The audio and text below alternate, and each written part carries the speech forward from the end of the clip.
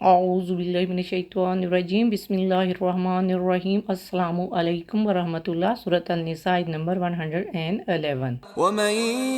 يكسب إثما فإنما يكسبه على نفسه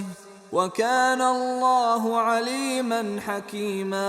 اور جو شخص کوئی گناہ کرے تو بس وہ اپنی ہی جان پر اس کا بوائل عائد کر رہا ہے، اور اللہ خوب جاننے والا بڑی حکمت والا ہے۔ دیکھیں، اس سے پہلے والی آیت میں تھا کہ اگر کوئی شخص برا کام کرے یا اپنی جان پر ظلم کرے اور اگر وہ اللہ تعالیٰ سے بخشش طلب کرے تو اللہ تعالیٰ اسے بخش دے گا۔ تو اب یہاں پہ بتایا جا رہا ہے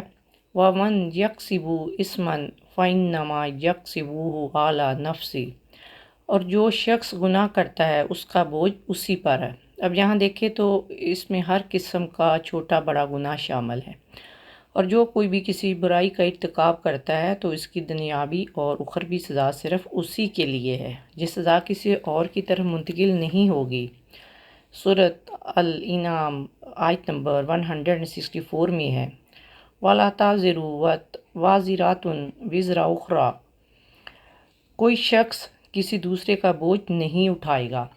مگر جب برائیاں غالب آ جائیں اور ان پر نکیر نہ کی جائے تو ان کا عذاب عام ہو جاتا ہے اور ان کے گناہ میں سب شامل ہو جاتے ہیں، اور کوئی بھی شخص اس آیت کے حکم سے خارج نہیں۔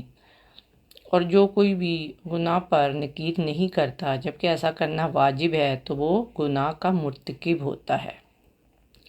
ایکچولی اس آیت کریمہ میں اللہ تعالیٰ کے عدل و حکمت کا بیان ہے کہ اللہ تعالیٰ کسی کو کسی دوسرے کے گناہ کی سزا نہیں دیتا اور نہ کسی کو اس کے جرم سے بڑھ کر سزا دیتا ہے۔ اس لیے اللہ تعالیٰ نے فرمایا وَقَانَ اللَّهُ عَلِيمًا حَكِيمًا، اور اللہ تعالیٰ بخوبی جاننے والا اور بہت حکمت والا ہے، یعنی وہ ہر طرح کے علم کامل اور حکمت کا مالک ہے۔ یہ اللہ تعالیٰ کا علم اور حکمت ہے کہ اسے گناہ کا علم ہے،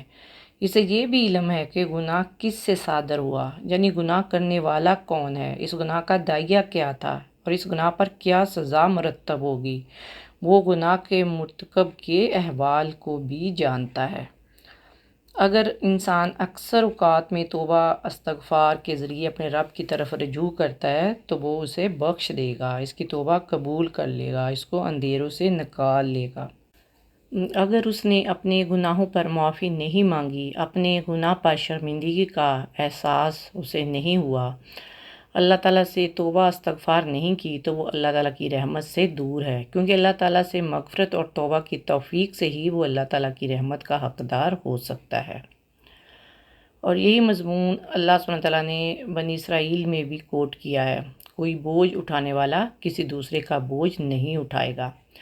یعنی کوئی کسی کا ذمہ دار نہیں ہوگا، ہر نفس کو وہی کچھ ملے گا جو وہ کما کر ساتھ لے کر گیا ہوگا۔ یعنی اگر اس نے کوئی غلطی کی ہے، کوئی برائی کی ہے، کوئی برا کام کیا ہے، یا کسی مجرم کا ساتھ دیا ہے، یا اسے چھڑوا دیا ہے،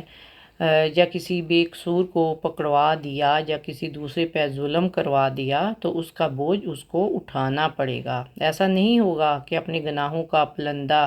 کسی دوسرے کے اوپر ڈال دیا جائے اور خود وہ بری و ذمہ ہو جائے اور دوسرے کے اوپر بلیم گیم کر کے کہ فلاں کی وجہ سے میں نے یہ کیا تھا،